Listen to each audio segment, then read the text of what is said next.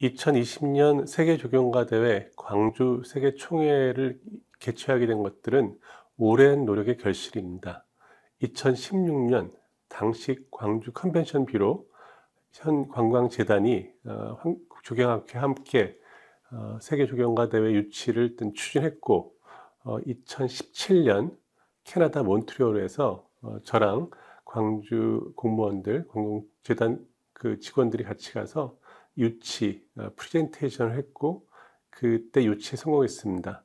당시가 5년 전이니까 한 5년 동안 저희가 준비를 차근차근 해서 지금 성공적으로 개최하게 됐습니다.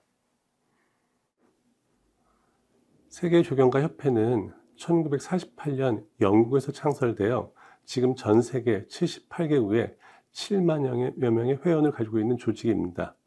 아시아, 유럽, 아메리카, 중동, 아프리카 5개의 지부가 있고요.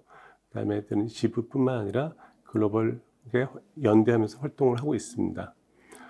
조경가들의 조직이기 때문에 글로벌 차원에서의 조경가의 문제들, 예를 들어서 기후위기와 팬데믹의 이슈들, 이런 것들이 어떻게 대응하는가에 대한 아젠다를 논의할 뿐만 아니라 직업 윤리와 행동 강령, 교육에 대한 문제, 이런 많은 문제를 같이 논의를 하고 있습니다.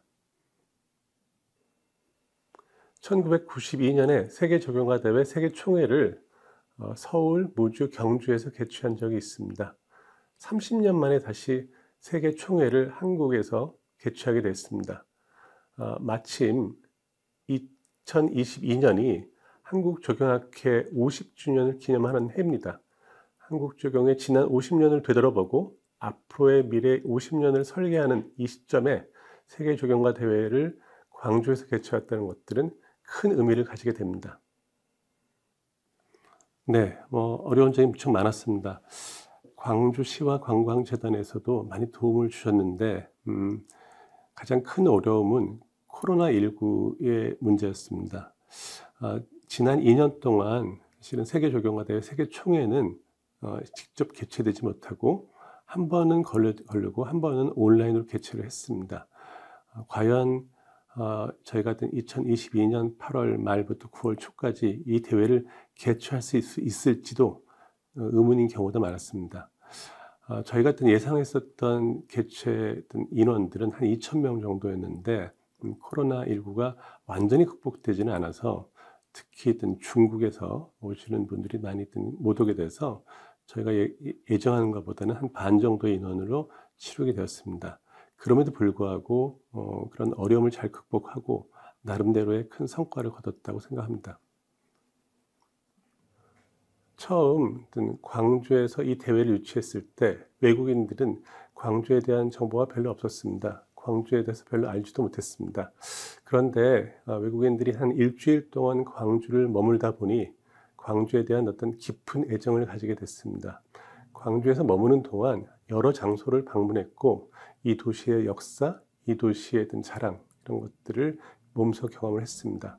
예를 들어서 오래된 고탁인 오가원에서 각국 대표단 회의에 만찬을 했습니다. 이때 다양한 문화 행사와 다양한 음식들을 경험하면서 광주에 대한 깊은 감동을 하게 됐습니다. 뿐만 아니라 다양한 투어들을 통해서 양림동, 광주 푸른길, 무등산 뿐만 아니라 담양에 있는 여러 가지 정원 문화 자산을 보면서 광주와 인근에 대한 애정을 더 가지게 됐습니다. 2022년 세계조경가대회 광주 총회를 무척 성공적으로 치렀습니다. 그래서 이 성과들을 공유하기 위한 노력을 하고 있습니다. 2022년 12월 서울에서 한국조경 50년을 기념하고 세계조경가대회 광주 총회를 회고하는 전시회를 기획하고 있습니다.